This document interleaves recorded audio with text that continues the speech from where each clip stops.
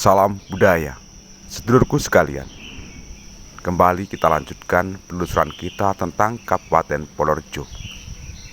Kabupaten Purworejo berada tepatnya di Desa Purworejo saat ini. Di desa ini ada 4 pedukuhan, yakni Pedukuhan Kerajaan atau Purworejo, Pedukuhan Tamanan yang konon dikatakan sebagai tamannya dari Bupati Brotonegoro, Pedukuhan Beji, dan Pedukuhan Bakalan. Sedulurku, Desa Purworejo terletak di sebelah barat dari jalan provinsi antara Ponorogo dan Madiun, tepatnya di sebelah barat Terminal Seloaji. Maka tak heran jika di wilayah Desa Purworejo selain memiliki luas yang cukup lumayan, juga penduduknya padat. Nah, sedangkan letak daleman Kabupaten Purworejo pada masa Brotonegoro berada di SD Purworejo 1 yang kini tinggal bongkahan sisa pondasi yang berada di halaman SD ini atau SD Purworejo 1 ini.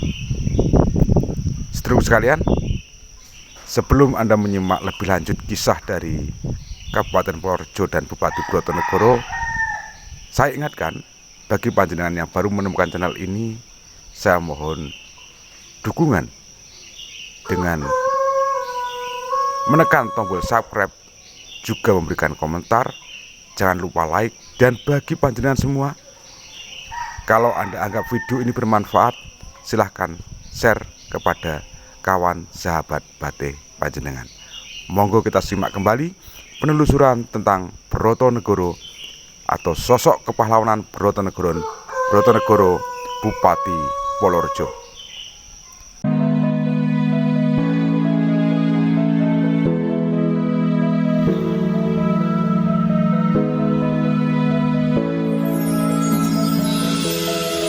Ketika Belanda datang,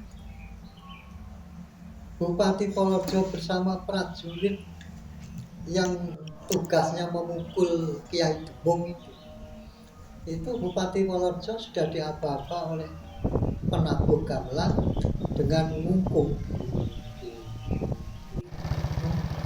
jarane kudanya Bupati melesat, itu dicambuk melesat menghadapi Belanda.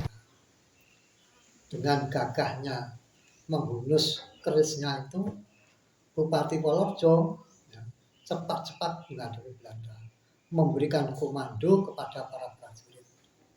Pertempuran sampai malam hari pertempuran. Sehingga ketika sudah setelah maghrib pertemuan dihentikan. Jadi belum sampai waktu isya Belanda sudah tidak ketok isya. Prajurit Brotonegoro ya ora roh. Iki londo ki bajune nyandi ora roh. Nah, itu semua Belanda ternyata mengundurkan diri. Nah, ketika kudanya Brotonegoro melesat nek cara basa Jawa ndikar ya. Ngumpul iku mau mergo waktune sudah malam, Belanda sudah mengundurkan diri. Tanah itu terus dinamakan Bumi Tegari. Dikar Brotonegoro dengan tegar itu. Ya, dengan tegar menghadapi Belanda. Akhirnya lemah kono kuwi isih Purworejo Mbak. Isih lemah sawah Purworejo. Dijenenge Tegari. Nah, ketika pemukulan pertama kali pemukulan Kiai Demung, neng kono ki pertama aba-aba untuk perang. Itu dijenenge Demung. Demung ki melok Sukosari saiki. Dukun Demung ki melok Sukosari. Sana. Nah, karena malam hari prajurit yang sudah itu kocar kacir goleki kanca-kancane. Dia kan urung lemah, urung terbuka seperti ini. Masih hutan belantara ketika itu konowi urung dadi persawahan, urung dadi anu. Masih hutan belantara. Nah, terus ketika setelah maghrib iki Mbah Brotonegoro menjalankan sholat maghrib bersama prajurit yang dekat dengan Mbah Brotonegoro. Tapi prajurit yang mengejar Belanda kan kocar kacir tuh. Enggak karuan kon nggon iki ning ndi bisa. Padahal sholat maghrib menjelang maghrib. Nah itu Mbah Brotonegoro kuwi menyalakan lampu yang dibikin itu pakai bambu kaya gawe steker kaya menara gitu loh. Ini tilasan itu mah. Gawe menara dua sepanjang 2 batang bambu. Romuder cara Jawa. Dhuwur. Nah itu menyalakan lampu di sana ning tilasan iku mau. Nah, itu supaya prajurit ngerti di sini tempat berkumpul, dikasih lampu tadi. Karena para prajurit yang sudah kocar kacir mengejar Belanda, karena itu sudah waktunya maghrib untuk sholat maghrib, dan itu akhirnya tahu, wah itu sana kelip itu lampunya bupati itu adipati, kita menuju sana. Nah, akhirnya tanah ketika orang menyebut kelip-kelip tadi itu kan dinamakan sekelip. Nah, sekelip itu sama pernah kendanya kan? Belum. Nah, itu kan pecahan jalan yang lurus itu ke Lembah Trisona itu, yang ke sini itu kan Danyang. Ya ini sudut ini namanya sekelip itu. Lampu kelip-kelip ini. Kelip-kelip itu tadi. Itu perannya Mbah Brotonegoro. Nah, ketika malam juga masih nyanggrah di sana. Masih bermukim di petilasan itu tadi. Dan pesanggeran itu tadi. Semua tidur di sana. Nah, ketika pagi setelah subuh, setelah sarapan, cara saiki gampangane apel.